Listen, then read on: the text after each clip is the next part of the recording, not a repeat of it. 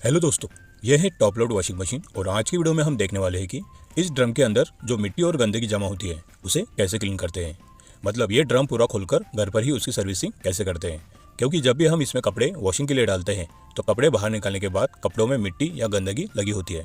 तो इस प्रॉब्लम को सॉल्व करने के लिए हमें ड्रम की इस कैप को खोलकर इसके अंदर जमी सारी गंदगी और मिट्टी निकालकर ड्रम को क्लीन करना होता है। वैसे तो इस ड्रम को हर महीने क्लीन करने के लिए हर कंपनी अपने ऑटोमेटिक मशीन में इकोटॉप क्लीन ऑप्शन देती है, लेकिन कई बार हम भूल जाते हैं या फिर हमें पता ही नहीं होता है कि इसमें ड्रम क्लीन ऑप्शन भी होता है। इसलिए हद से ज़्यादा गंदगी और मिट्टी ड्रम में जमा हो जाती है और फिर वही गंदगी बाद में कपड़ों में लगने लगती है। इसलिए हर महीने इकोटॉप क्लीन करना चाहिए। एंड ड्रम के साथ साथ समय समय पर ये फिल्टर भी क्लीन करना होता है, क्योंकि कपड़ों में से निकलने वाली गंदगी इस फिल्टर में जमा होती है और इसे क्लीन ना करे तो यही गंदगी फिर ड्रम में जमा होती है जो बाद में कपड़ों में लगने लगती है। इसलिए इस फिल्टर को हर 2 से 3 दिनों में क्लीन करना होता है। तो चलिए स्टेप बाय स्टेप इस ड्रम को खोलकर इसके अंदर की गंदगी साफ करते हैं। इसके लिए सबसे पहले आपको मशीन के बैक साइड आना है एंड यहाँ से 2 स्क्रू खोलने हैं। फिर नीचे ये बैक कवर भी खोलना है। अब ये जो आप ड्रम देख रहे हो इसके अंदर वाली साइड में गंदगी जमा होती है जो ड्रम खोलने पर ही निकाल सकते हैं। गंदगी जमा होने से ये जगह ब्लॉक हो जाती है, जिस वजह से इस नली के थ्रू हवा का प्रेशर ऊपर प्रेशर सेंसर तक नहीं जा पाता है, जिस कारण प्रेशर सेंसर ठीक से काम नहीं करता है या खराब हो जाता है। और इसके वजह से मशीन में ये प्रॉब्लम आती है कि आपकी मशीन पानी ज्यादा लेती है। इसलिए ऑल इन वन मशीन की सर्विसिंग जरूरी होती है। चलिए आगे बढ़ते हैं। अब अगली स्टेप है कि आपको ये वॉश मोटर कवर करनी है ताकि सर्विसिंग करते वक्त इस पर पानी ना गिरे।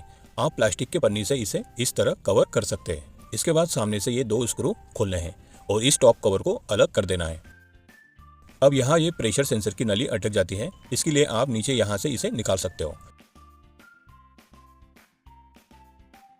फिर इस टॉप कवर को यहाँ साइड में लगा देना है, क्योंकि इससे ये वायरिंग जुड़ी होती है और ये वायरिंग हम कट नहीं कर सकते हैं। इसके बाद ऊपर कैप पर लगे ये 4 स्क्रू खोलने हैं एंड इस कैप को निकाल लेना है। अब ये जो आप गैप देख रहे हो इसी के अंदर सारी गंदगी जमा होती है। अब अंदर ये जो पल्सेलेटर है इसे भी बाहर निकालना होता है। इसके लिए इसके ऊपर की ये कैप निकालनी है, फिर बीच वाला ये स्क्रू खोलना है। स्क्रू खोलने के बाद पल्सेलेटर को इस तरह बाहर निकाल लेना है।